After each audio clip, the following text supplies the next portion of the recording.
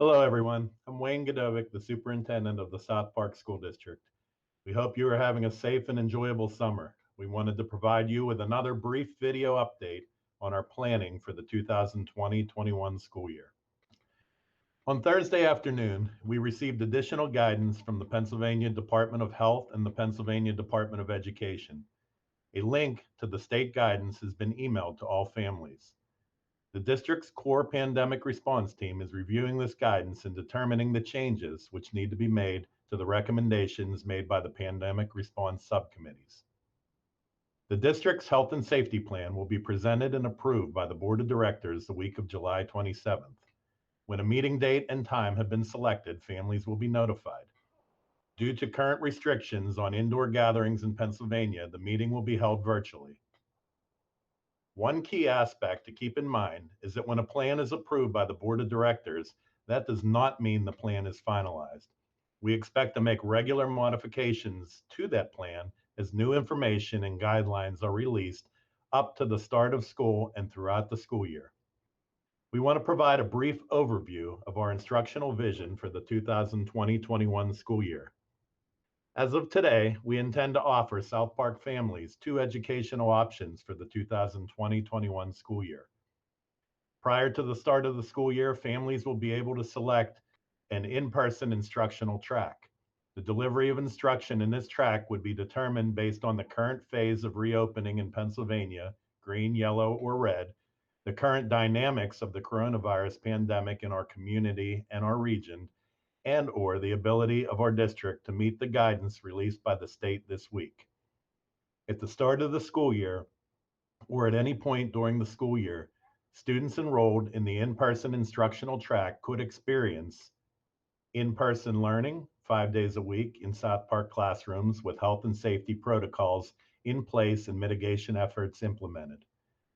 A combination of in-person and online learning in a to-be-determined hybrid schedule. Students would be assigned either an A group or a B group. While A group students learn in the classroom, B group students learn online. 100% virtual learning if a school or all schools are once again required to cease in-person operations, either temporarily or for a prolonged period of time. The second educational option is 100% virtual learning choice. Families who prefer to keep their children home will have the choice to select a completely virtual educational option.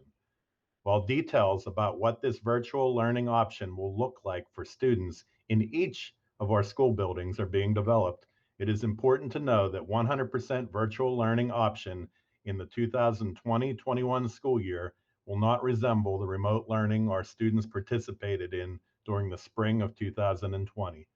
We are confident that enhancements to virtual learning through new platforms and partnerships will significantly upgrade this option.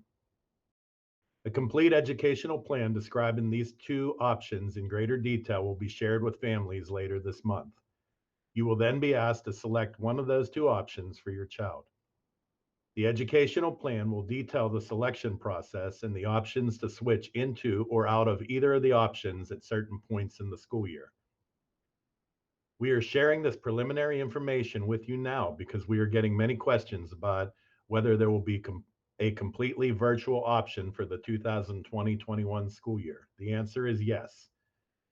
Last week, we informed you that we would be sending home an electronic transportation form to all families, asking whether you will be able to regularly drive your child to and from school.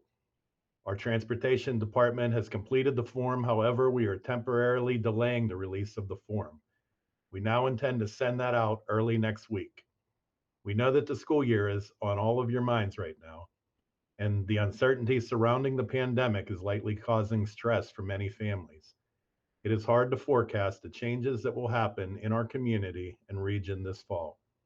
This is why our plan must be and will be robust, comprehensive, and flexible. We will not simply cut and paste recommendations to check the required boxes on a template.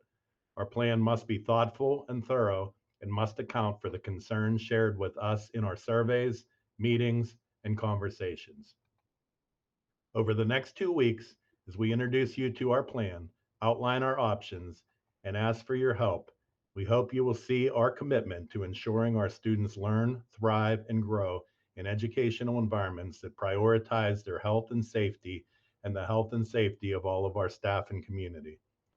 In the meantime, the actions we collectively take now will make a difference in the coming days and months. Heed the advice of local, state, and national health experts. Wear a mask or face covering. Avoid large gatherings.